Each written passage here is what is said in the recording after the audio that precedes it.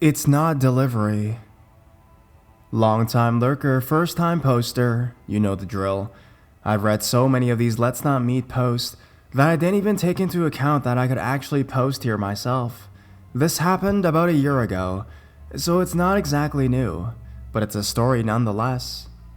I'll preface this by saying I live in an area where encounters that someone could write about here don't really happen that often. I used to like to go on walks in the middle of the night and nothing would happen. I'd see some drunk college students from time to time, but they were mostly harmless.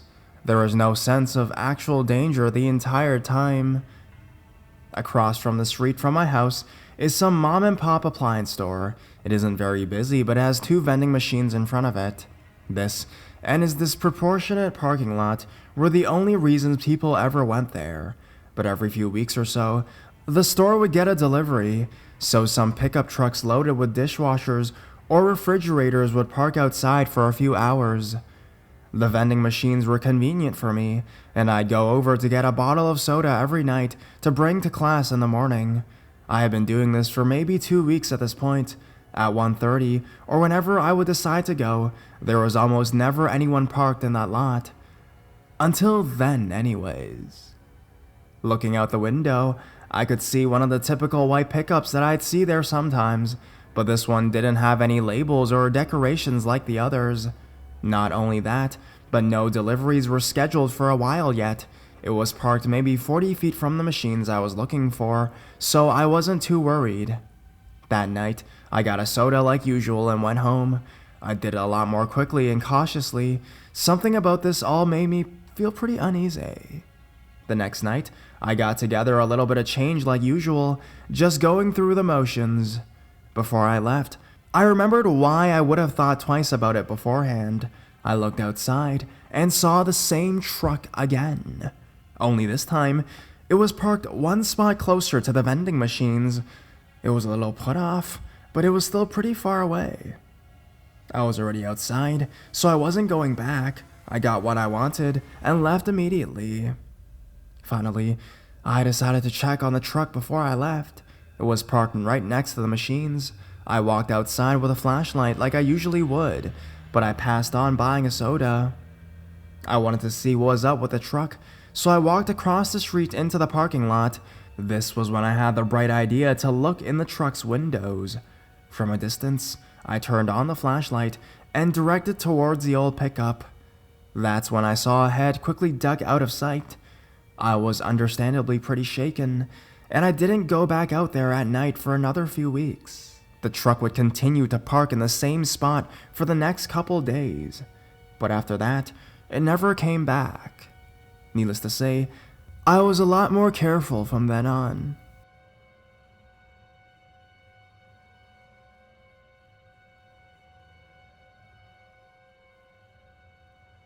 Lingering Chinese delivery. One night, when I was about 16 years old, I ordered Chinese food with my family. Nothing out of the ordinary. The man couldn't find my house, so he called from his cell phone, and it read Bronx, New York. That stuck out to me because I'm from the South and don't know anyone with this area code.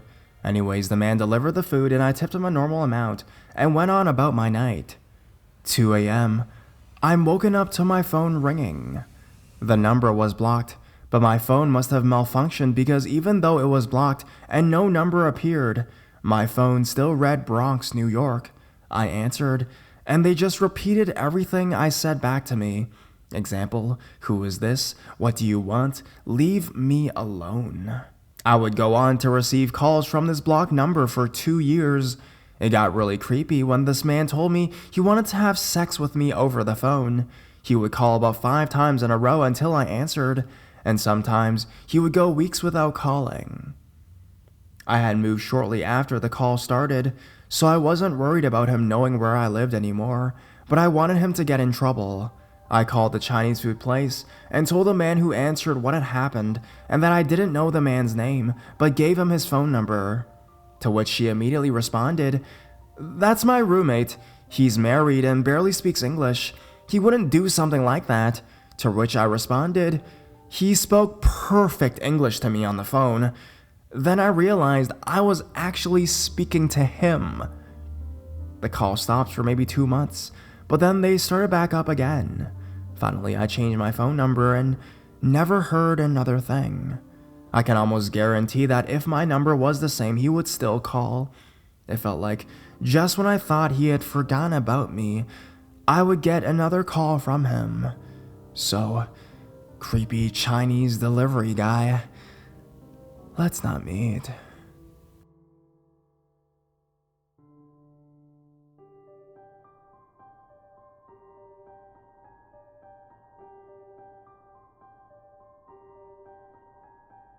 An unwanted delivery. The Pizza Chronicles. As a third-year university student, I like to think that pizza, hamburgers, are important staples of my cost-effective and not really nutritious nutritional needs. Needless to say, it wasn't long before I became besties with the guys running the local pizza parlor 3 blocks from my house. The guys were super cool. I met them for the first time when my best friend Sharon, and I went in to buy a pizza for our movie night. I wasn't too jazzed on the movie night because my lesbian roommate Sam insisted on joining in. Now, I'm not homophobic. Cher is the biggest lesbian out there. She thinks I have a very nice butt. I was Sam-phobic though.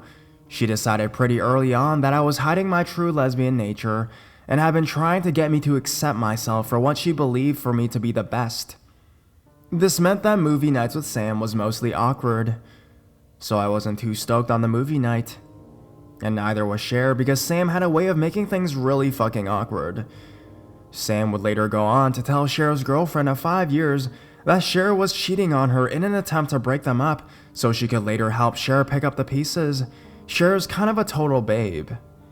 I told these pizza dudes about my roommate and her crazy movie night antics, and they tried to help us out by inviting Cher and I to come back at midnight to watch a horror movie on their projector that they had set up in the dining area. I'm pretty big on horror movies, so to me it sounded like an awesome idea. Cher thought it sounded like a plot to kidnap us and murder us. We were going. Over the next couple of months, I became really tight with the guys, and I would come over every Friday night for scary movie night and discounted pizza. The guys were cool and a good way to get away from Sam, who had taken to tracking my movements like Dog the Bounty Hunter. The guys were pretty successful with their pizza, and pretty soon they had to hire on more drivers, which is when I met Bill. Bill is pretty much your stereotypical old guy who failed at life. He was in his 40s, but looked like he was pushing 60. He was constantly high, and he never showed up to work on time, but always had a really measly and long-winded excuse full of anecdotes on why his life as a pizza delivery guy was so hard. Customers hated him too. When they opened their front door, he would push his way into the house and put their pizza on the kitchen counter. He wouldn't leave their front porch until they gave him what he felt was a big enough tip. If they didn't have that money, he'd tell them that they could tip him in pot. If they didn't have that, then he'd start to yell at them for being cheap assholes. One night I was studying and had to order in instead of going out. Normally the guys only sent the cool delivery guys to my place, but that night the rotation hit Bill. He stood in my doorway chatting me up for a long time and told me that the guys called him Big Bill for a reason.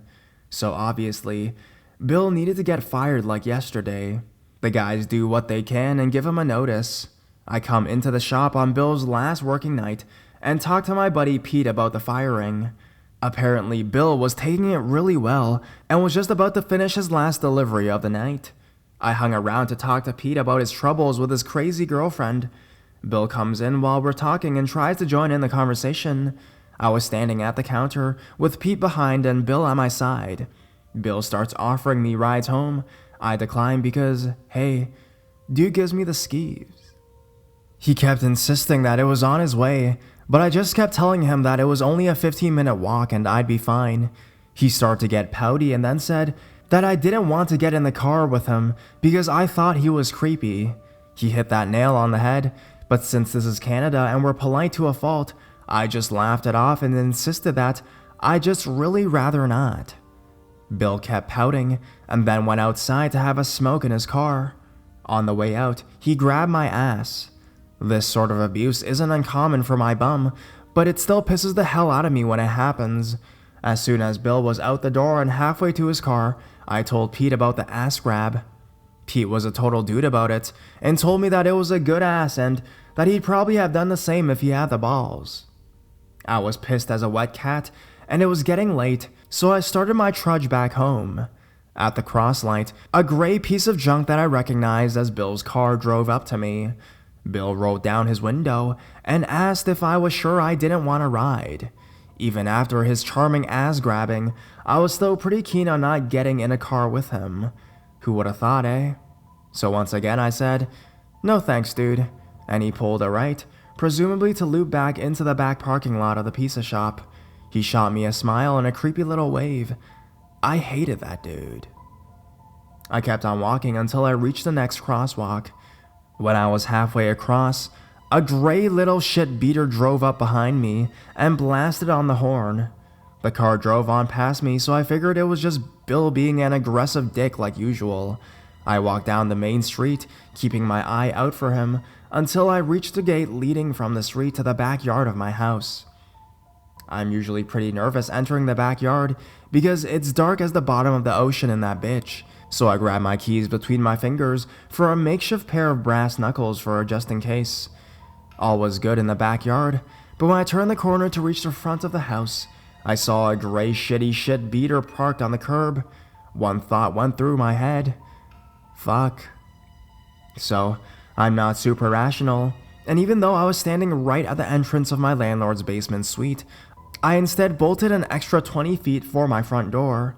I felt like I was going a million miles an hour, and that he was going at like 0.3 Michael Myers pace per minute. Michael Myers is one slowly, but surely, motherfucker. I reached the door and fumbled my keys when I heard his car door shut. I dropped my keys on the ground. I whipped down to pick them up and I heard him whistle. I jammed the keys into my door, turned, and slammed that shit behind me as fast as I could, and turned the lock. Suddenly, my life got really quiet. I didn't turn on any lights. I just went to the front window and watched. I couldn't make out Bill, but from what I could see, he was in his car and lit the end of a cigarette. I called for Sam, but she wasn't home, so instead, I called Pete on the phone. Our conversation basically went like this. "Pete here. What can I... Dude. Fuck, shit, Pete. What the hell? Bill followed me home, man." "Whoa, what?" "Creepy ass grabbing Bill is outside my house." "Dude, he's supposed to be on the other side of town. I asked him to do a delivery at 10 Mile like 20 minutes ago. Well, he's here." "He's probably just pulling this shit because he thinks you're pretty and it's his last shift. Are you sure it's him? It's not like my town has a shortage of gray beater cars, but I think I'd seen this one enough times in one night to make a positive ID." "Yeah, dude, it's like definitely him." "Okay, I can be over there in like 15 minutes. "Okay, see you soon." I hung up on Pete and moved away from the big front window so that I could hide in my room where I could look through a smaller window that he was less likely to see me in. All of our doors lock and are really heavy duty, so I was pretty secure in my own room. I didn't turn on my bedroom lights, but I crumpled once I locked the door. I sat there for a little bit trying to calm down my breathing. I heard my landlord watching a movie downstairs in his living room, but I didn't get up until I heard the doorbell. The only way to reach the door to the downstairs suite was to walk down the stairs leading to the front door and then take the next set of stairs down. I was determined to get my landlord, a way bigger guy than Pete, but I needed to get past our windowed front door first, where Bill would be able to see me if he was at the door. At this point, I was pretty scared, and being scared makes me angry, so I essentially said, "Screw it" to myself, and went down the stairs to the front door. I could see his head and the left half of his body through the window pane. He saw me try to sneak past and called out my name. "It's me, Bill, from generic Italian mob boss pizza. Pete sent me over with a free pizza for you." I note myself right down the stairs to my landlord's door. I knocked, and he groggily opened it up for me. I told him the situation, which basically went like this. "Landlord, creepy pizza guy followed me home, and now he won't leave." My landlord is pretty much the coolest dude ever, so he snaps awake and heads up the front door. He uses his adult voice and tells Bill that I did not order a pizza and that if he doesn't leave, he's gonna call the cops. Bill doesn't say anything, but we see him walk back to his car. He actually did have a pizza box, but was probably one meant for another order. My landlord was tired, so he went back to bed. I watched Bill in his car from the big window, keeping my screen on and lit as bright as it could go, so that he could see that I had my phone ready to dial. He started up his shitbox and rolled down the road. I called Pete at the pizza place to tell him that my landlord handled the situation and that he didn't have to come anymore. Pete waited for Bill to come back and then basically threatened the life of his big Bill namesake if he ever came back to the pizza place or near me again. It's almost been 2 years since, and I've never heard from or about Bill since. In the end, I didn't call the cops, which if you read my post about the tomboy and the mountain goats, you just know that that's just the kind of way I was raised. I know if it's a cultural difference between Canadians and Americans, but I've only called the cops once in my life when I was young to deal with the situation myself. So sorry if it offends you that I didn't call the cops ASAP.